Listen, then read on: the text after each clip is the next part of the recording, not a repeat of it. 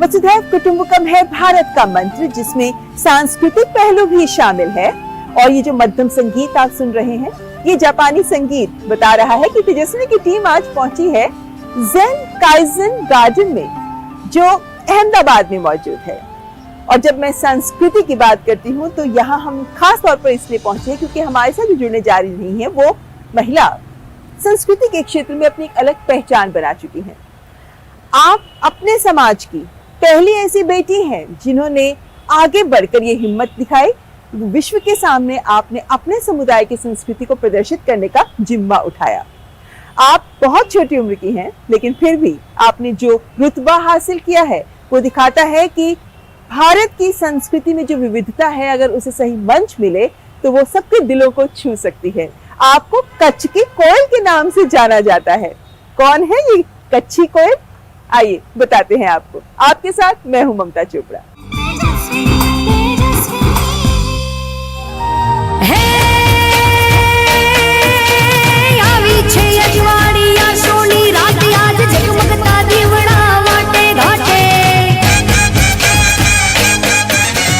लोकगीत हमारी परंपराओं की विरासत प्रदर्शित करते हैं।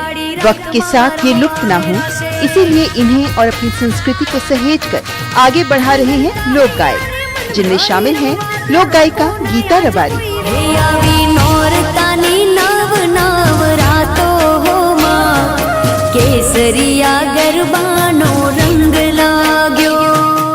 बचपन से ही गाने का शौक था।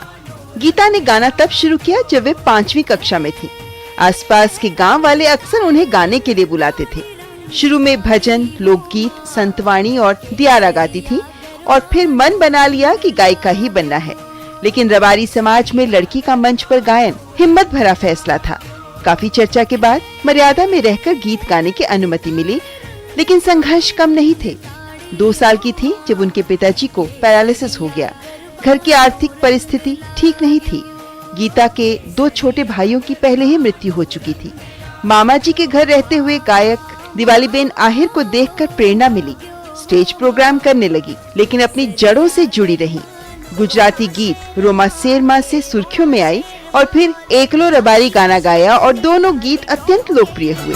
रोना शेर मारे, रोना शेर मारे, ये चाली किस्मत ने गाड़ी ठोक गेर मारे। अपनी पारंपरिक पोशाक में ही भजन, देशभक्ति जैसे गीत गाकर ही युवाओं के बीच इतनी लोकप्रिय हो गई कि लोगों का ध्यान कच्छ की संस्कृति की तरफ भी आकर्षित हुआ। खुद को गुजरात की एक प्रसिद्ध गायिका के रूप में स्थापित कर वक्त के साथ बदलाव को अपनाते हुए अपनी सांस्कृतिक विरासत को आगे बढ़ा रही हैं कच्छी कोयल के नाम से मशहूर युवा गायिका गीता रबारी।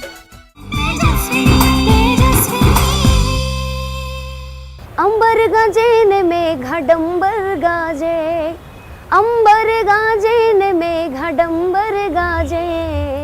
जब वो खूबसूरत संगीत सुनने को मिल रहा है ना, ये है गीता रबारी जो इस वक्त गा रही है। आइए करते हैं उनसे मुलाकात। डोले आहाडी हाजिना अंबर गाजे, आहाडी हाजिना।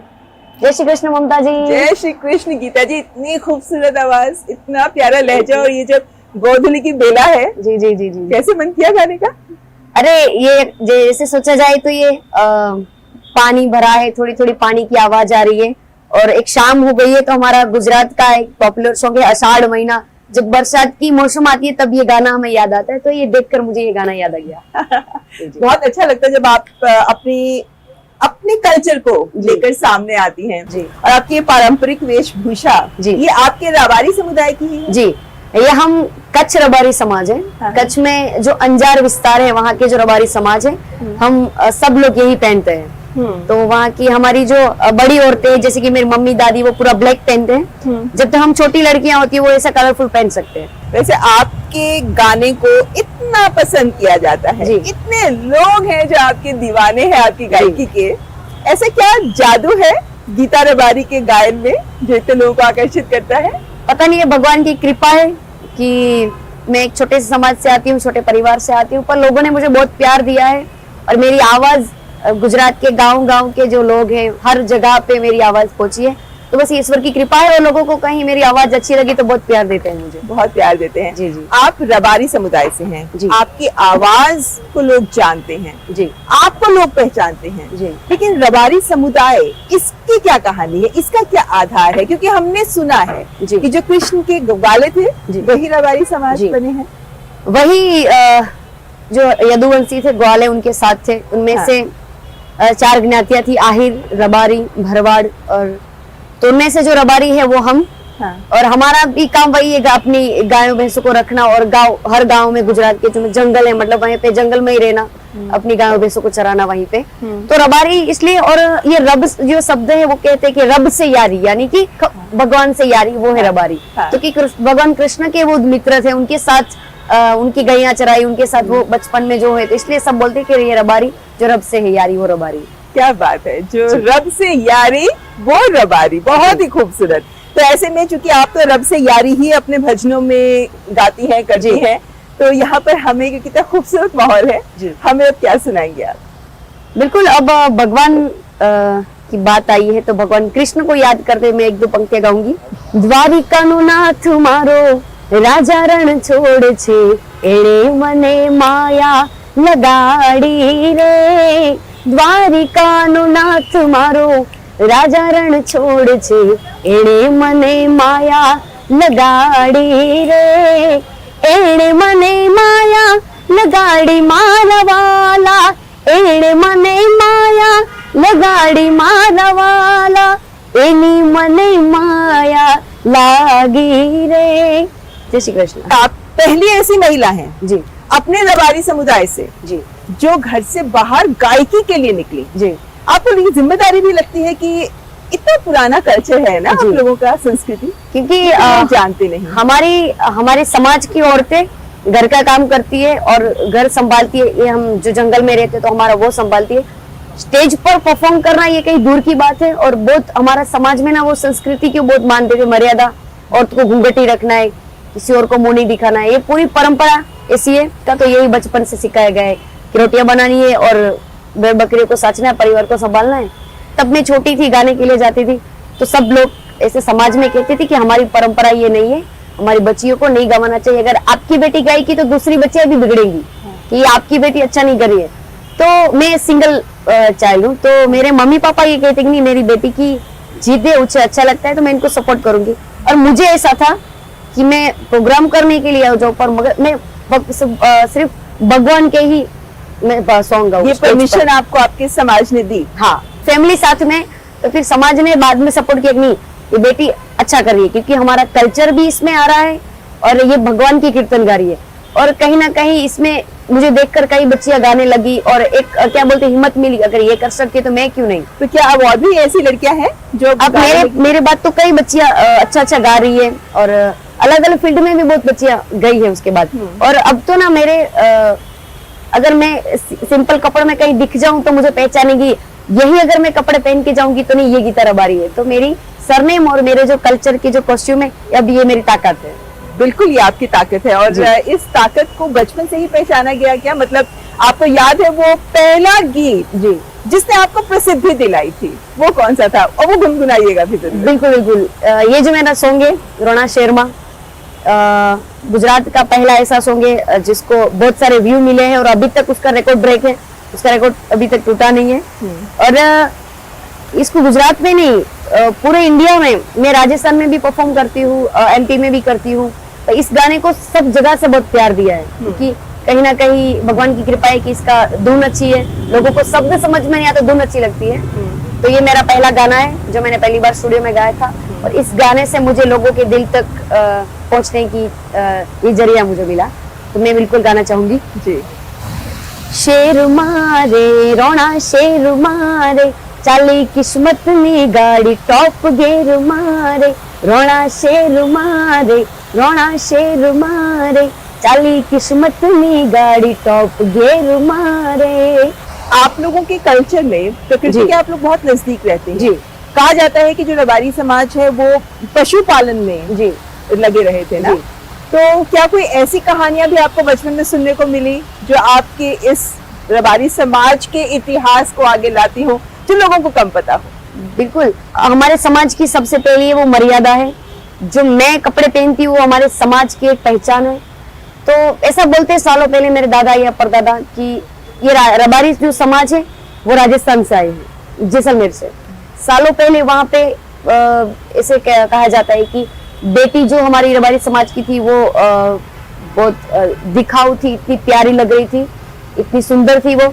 तो वहां के जो पहले ऐसे मुगल राजा हुआ करते थे, तो पता नहीं ये सब बोलते थे कि उनकी हमारी बेटी पर नजर थी। इसके लिए हमारे जो समाज के जो युवा ने उनके बीच लड़ाई हुई क्योंकि बेटी नहीं दे रही। तो हमारी बेटी थी वो वहां पे सती हो गई, उन्होंने प्राण त्याग दिया अपने। जैसे कि वो जमीन में ऐसे समाधि ले ली उन्होंने। और उस युद्ध में हमारे समाज के कई लोग अपनी जान दे दी, क्योंकि मर्यादा सबसे जरूरी है, तो उन्होंने अपनी जान दे दी। फिर क्योंकि इतने सारे लोग हमारे वहां गुजर गए थे, तो वो राजस्थान छोड़कर, जैसलमेर छोड़कर वो यहाँ पे आ गए गुजरात में, और फिर अलग अलग जगह पे वो सब स्थायी हो गए। तो अभी तक वो सब जैसे मैंने ये ब्लैक लगाया यहाँ पे कपड़ा, और मेरी मदर या मेरी दादी सब लोग ब्लैक पहनते हैं। तो ये अभी तक कहते हैं कि हमारी जो बेटी ने अपने समाज के लिए, मर्यादा के लिए अपने जीवन को प्राण त्यागे। हमारे समाज के कई युवाओं ने, महापुरुषों ने अपनी बेटी के लिए युद्ध लिया, तो उन सब का उन्होंने शौक रखा है। तो सब हर जगह जाओगे आप, गुजरात के कई जगह पे कपड़े ऐसे नहीं होंगे, अगर साड़ी पहनी है तो भी अगर ब्लाउज ब्लैक होगा, कुछ ना कुछ उसमें ब्लैक होगा। अच्छा, ये सोक के रंग के ऊपर भी आप कुछ गाती हैं, पारंपरिक कोई गीत है? वैसे तो ब्लैक तो हमारे कहते हैं कि हमारे जो गढ़वी चारण है उनमें जो माता जी हुई वो भी ब्लैक रखती है, काली कामड़ी रखती है। तो ऐसे कई सॉन्ग है जो समाज के, मतलब जो हम पगड़ी पहनते ना रबारी लोग, तो वो पगड़ी भी हमारी पहचान है। और 1971 में जब भारत और पाकिस्तान का युद्ध हुआ था, तब हमारे गुजरात के बनासकांठा के रणछोड़ पगड़ी थे। अच्छा, जो आपने अभी जो फिल्म आई थी बुद्ध प्रावुड्या में, वो संजय दत्त ने उनका रोल किया था। तो एकलो रबारी कहते कि उस वक्त तो पाकिस्तान पर भारी पड़ा था, तो वो सॉन्ग था मेरा। चलिए आप ये गीत सुनाइए, और इस गीत के साथ ही हम यहाँ लेंगे एक ब्रेक। मारो एकलो रबारी पड़े लाख ऊपर भारी, करे वडवाड़ो हुकम तो थाई शेरनी सवारी, करे गोगो जो हुकम तो थाई शेरनी सवारी।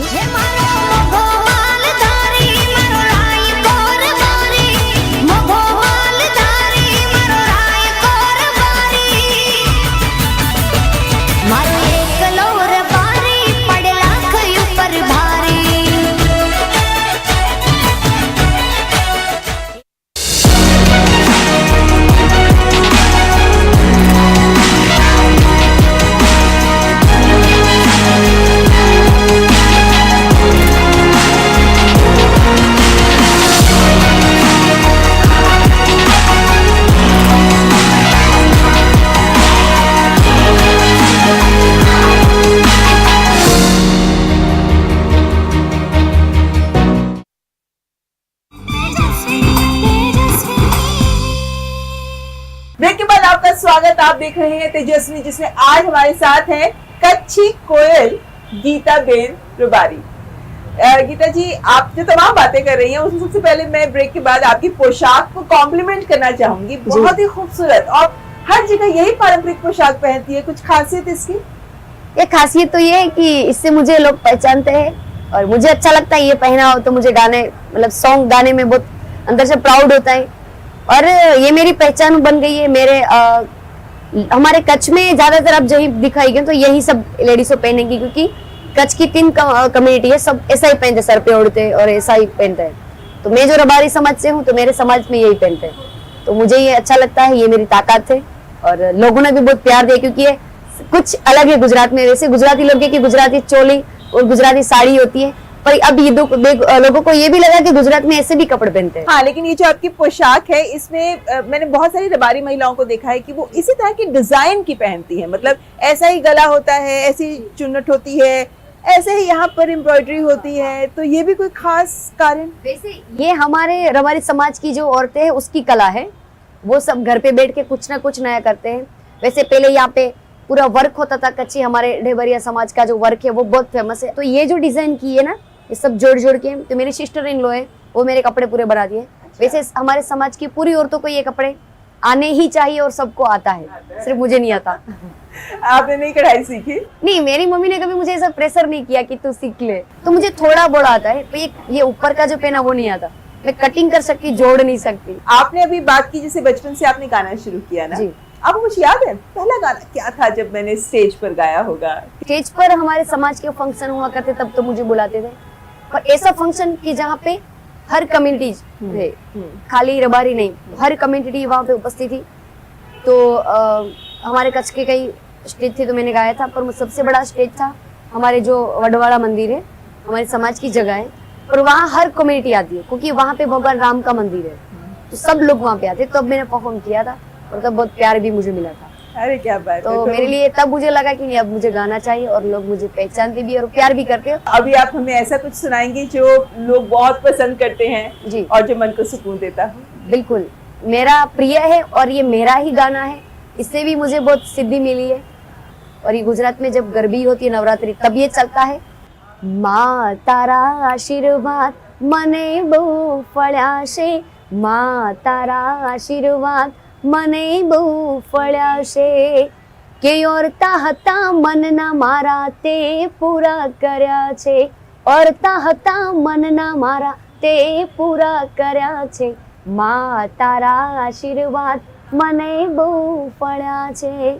ये आशीर्वाद की बात हो रही है, जब देश के प्रधानमंत्री आशीर्वाद देते हैं तो वो भी बहुत खास पल हो जाता है, आपको भी एहसास है उसका? जी जी जी जी, कहीं ना कहीं मुझे लगता है कि मैं भगवान की स्पेशल चाइल्ड हूँ, क्योंकि मेरे पर बहुत कृपा रही है भगवान की, और हमारे भारत के यशस्वी प्रधानमंत्री श्री नरेंद्र भाई मोदी जी का भी मुझे बहुत आशीर्वाद मिला। जब मैं स्कूल में छोटी थी तब तो मैं कलाकार भी नहीं थी, तब भी उनका आशीर्वाद मिला, और उनकी प्रेरणा से मैं पढ़ी लिखी, 10th तक पढ़ी, पर उनके आशीर्वाद से, क्योंकि हमारे समाज में बेटियां पढ़ाते नहीं थे, तो उस अभियान से मैं पढ़ी।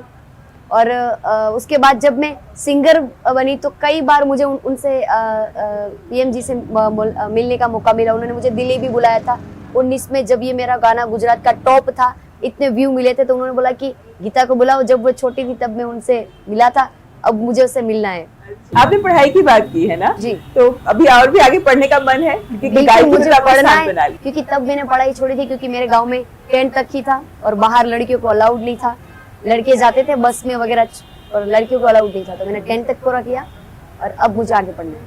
आपने बात की कि लड़के तो जाते थे लड़कियों के, लेकिन 10th के बाद गांव के बाहर नहीं आते थे, तो कितना परिवर्तन लड़कियों को लेकर भी आया है? क्योंकि वक्त के साथ तो बदलते सभी हैं, और मैंने देखा है कि रबारी समाज में जैसे आपके पति हैं पृथ्वी भाई, वो आपका साथ देते हैं, तो ये बदलाव पुरुषों में भी आ रहा है कि महिलाओं को आगे बढ़ाओ? बिल्कुल, क्योंकि हस्बैंड अगर साथ दे तो सोने में सुगंध मिल जाती है, कि लड़की करती है पर उसे कहीं डर होता है। अगर मैं जब शुरुआत की थी गाने के, तो मैंने ऐसा नहीं चुना था कि मुझे कलाकार में ही अपना करियर बना, क्योंकि एक डर था अगर मेरी शादी होगी, मेरे ससुराल वाले या मेरे हस्बैंड मुझे मना करेगी छोड़ दो, तो मुझे छोड़ना पड़ेगा। तो इतना मैंने डीपली नहीं लिया था, क्योंकि मेरी समाज की मर्यादा मुझे ज्यादा पसंद थी।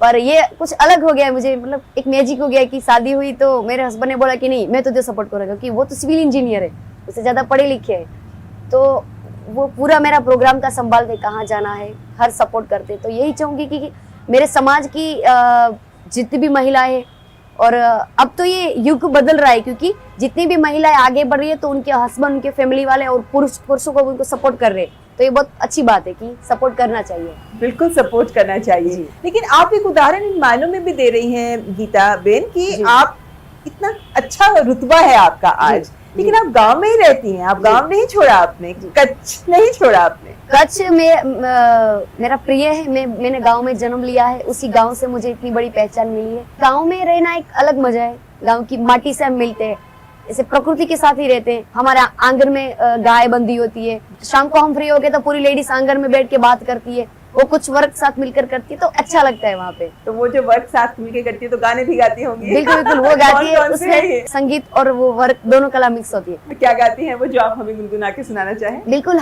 जो लेडीज घर पे होती है उनके जो हस्बैंड है, क्योंकि कच्छ में पहले इतना काम धंधा नहीं हुआ करता, तो वो परदेश जाते थे, तो जैसे ये मैंने, वैसे तो इसको रिंग बोलते, पर हम कच्छ में हम उस भाषा में इसको छल्लो बोलते हैं, जो उसके हस्बैंड ने दी है उसे, तो ये बहुत प्यारी वो वर्क करके ऐसे गाती है। ओ छलड़े या हिरुलाई मुक याद सजन जी आई, ओ छलड़े या हिरुलाई मक याद सजन जी आई, जिंजल आयल जिंजल आयल, आयलड़ी मुझी मामा माम के छलड़े याज रुलाई, जिंजलड़ी मुझी मामो वो मुके छलड़े याज रुलाई। आपके परिवार में जिससे कि आपने बदलाव देखा है जी, क्या आपको लगता है कि ये आधुनिकता और पुरातन संस्कृति का मेल होना चाहिए? बिल्कुल, क्योंकि मैं जो पहनती हूँ वो हमारी पुरानी संस्कृति है जो मैं पहनती हूँ। और अभी मैं सिंगर हूँ, सोशल मीडिया पे भी यूज करती हूँ, मैं वेस्टर्न कपड़े भी पहनती हूँ घर पे।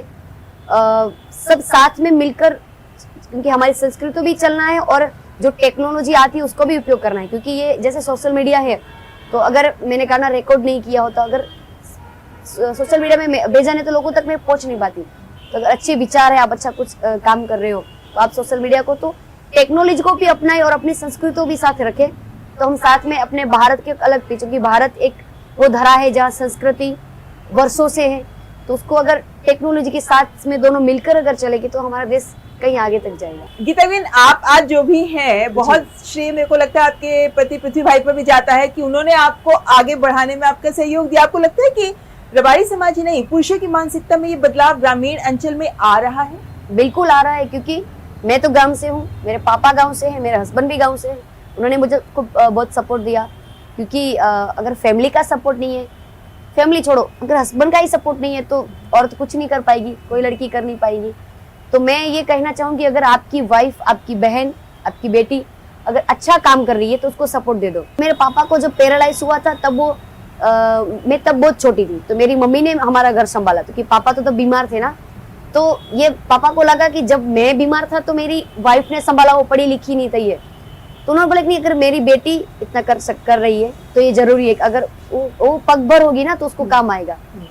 तो जब मैं शुरुआत में, जब पापा की इच्छा थी कि मैं इसको हॉस्टल भेज दूं, पर समाज के डर से उन्होंने मुझे 10 तक पढ़ाया, तो वो अभी मुझे कह रही है तू पढ़ाई चालू कर दे। और मेरे पापा भी आज भी मुझे सपोर्ट करते हैं, क्योंकि अगर पृथ्वी को कुछ काम है, अगर वो मेरे साथ प्रोग्राम में नहीं आ पा रहे तो मेरे पापा आते हैं, कई बार मेरे जेठ जी भी आते मेरे साथ, तो मेरी पूरी फैमिली मुझे सपोर्ट करती है। हाँ। तो अगर कहते ना कि पुरुष अगर महिला को सपोर्ट करेगा तो और ताकत मिल जाएगी उसे। यहाँ पर लेकिन आपसे एक हिंदी का गीत मैं हर बेटियों के लिए गाना चाहूंगी, क्योंकि मैं बहुत साल पहले मैंने ये गाया था। जी जरूर। जी, बेटी हूँ मैं, बेटी मैं तारा बनूंगी, बेटी हूँ मैं, बेटी मैं तारा बनूंगी, तारा बनूंगी मैं, सहारा बनूंगी, तारा बनूंगी मैं, सहारा बनूंगी, अपने पाँव पे चलकर दुनिया को देखूंगी, मैं अपने पाँव पे चलकर दुनिया को देखूंगी, दुनिया को देखूंगी मैं, दुनिया को समझूंगी, बेटी हूँ मैं, बेटी मैं तारा बनूंगी। तो मैं सारी बेटियों को कहना चाहूंगी, आपके अंदर जो भी कुछ है, जो भी कुछ कला है, आप जो भी आपके पास हुनर है, वो आप दुनिया के सामने लाए, समाज के सामने लाए, और एक हिम्मत से आप उस काम को करें। तो मैं हर बेटी को कहना चाहूंगी कि प्लीज आप अपनी पढ़ाई तो पूरी करें, और कुछ आपको करना ना हो और आपको कुछ जरूरत ना है करने की, तो सिर्फ आप अपनी पढ़ाई खत्म करें पूरी। तो आपको अगर जरूरत पड़े तो आपके पास डिग्री है तो आप कुछ भी कर सकते हो। बिल्कुल, बहुत प्यारा मैसेज दिया है आपने। और मैं ये जरूर कहूंगी कि आप एक बहुत देखने में बहुत सौम्य हैं, बहुत कोमल हैं, लेकिन मन से बहुत मजबूत हैं, और ये ताकत मुझे लगता है आपके हर गीत में लड़कियों को मिलती रही। आपने बहुत प्यारा गीत गाया था अभी। मुझे ये हिम्मत ना, मैं अपने प्रोग्राम में जाती हूँ, जो ऑडियंस मुझे सुनने के लिए आते हैं उनसे भी मुझे हिम्मत मिलती है कि नहीं। वैसे पहले ऐसा कहा जाता था कि स्टेज पर ऐसे जेंट्स कलाकार ही गाता है, लेडीज को पीछे से 1-2 गाने देते हैं। तो मुझ पर ये कृपा बनी है कि मेरा खुद का एक स्टेज है, जहाँ गीताबेन रबारी का स्टेज है, वहाँ बड़े बड़े लोग मुझे सुनते हैं, तो वो भी मुझे हिम्मत देते कि नहीं इनको गाना चाहिए। तो वो भी एक हिम्मत मिला है कि एक लेडीज को, एक बेटी को आपने सुना है, उसको हिम्मत मिली स्टेज को। तो मुझे हर एक इंसान से हिम्मत मिलती है जिन्होंने मुझे सुना है। जैसे कि आप कहे तो हमने अच्छे कपड़े पहने और एक फोटो डाल दिया तो लाइक मिली, उनसे भी हमें हिम्मत मिल जाती है, तो उनको अच्छा लगा कि हमने ये किया है। बिल्कुल बिल्कुल। चलिए यहाँ पर आपका धन्यवाद करेंगे, और जाते जाते आप बस कुछ पंक्तियों के साथ नमस्ते कर दीजिए। बिल्कुल, क्योंकि वैसे तो मैं गुजराती गाती हूँ, गुजराती कलाकार हूँ, पर मुझे राष्ट्र प्रेम के जो गाने हैं वो बहुत अच्छे लगते हैं। भगवान कृष्ण के, राम के या शिव जी के जो भी गाने, मुझे भक्तिमय गाने बहुत अच्छे लगते हैं। तो मैं एक देशभक्ति गाना गाना चाहूंगी। जी जरूर।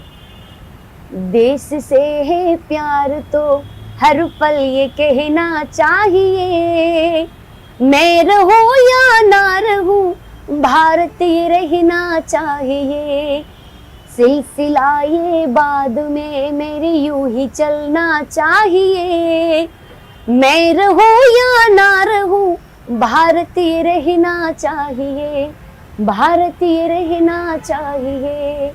थैंक यू, बहुत बहुत धन्यवाद। बहुत बहुत धन्यवाद गीता बहन, शुभकामनाएं आपको एक बेहतर Thank you. भविष्य के लिए। Thank you, thank you. नमस्ते। तेजस्विनी के आज के इस अंक में बस इतना ही। कैसा लगा आपको अहमदाबाद से लाए हमारा ये विशेष अंक? हमें लिख भेजिए ना। हमारा ईमेल आईडी tejaswini.ddnews@gmail.com। हमारा प्रयास रहता है आप तक हम लेकर आए तेजस्विनी कुछ अलग खास रंगों में। तो आपके एहसास देते हैं हमें हौसला, तो लिख भेजिए एक ईमेल हमारे नाम। फिलहाल हमारी पूरी टीम को दीजिए इजाजत। नमस्कार। खामोशियों